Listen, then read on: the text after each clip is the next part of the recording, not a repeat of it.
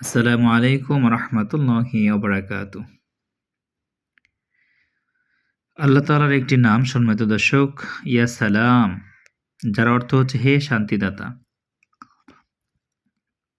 আল্লাহ তাআলা তিনি আমাদেরকে শান্তি দিয়ে থাকেন।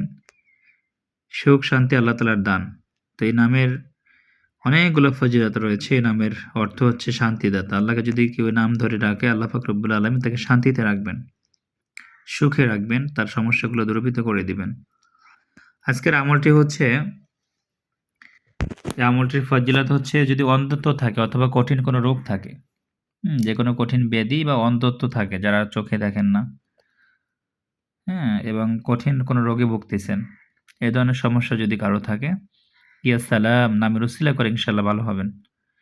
এটি একটি সিফাতি নাম। আল্লাহ পাকের যে একটি সিফাতি নাম আছে ৯৯টি, তার ভিতরে একটি নাম।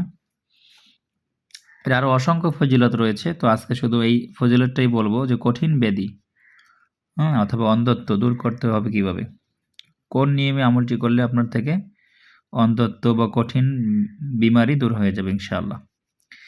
ইন্নাল হামদালিল্লাহ নাহমাদুহু ওয়া নুসাল্লি আলা রাসূলিহিল কারীম, আম্মা বাদ, ফাউযু বিল্লাহি মিনাশ শাইতানির রাজীম, বিসমিল্লাহির রহমানির রহিম।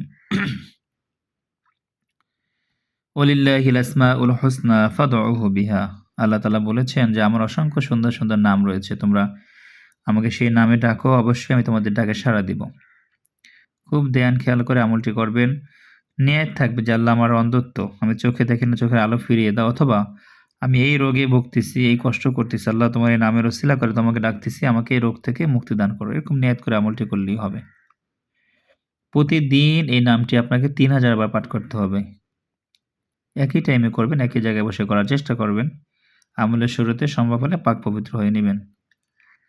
সাদা কাপড় পরিধান করে নিলে আরও বেশি ভালো হবে। যদি পারেন সুগন্ধি মেখে নেবেন, তাহলে আরও কার্যকারিতা বেশি আসবে।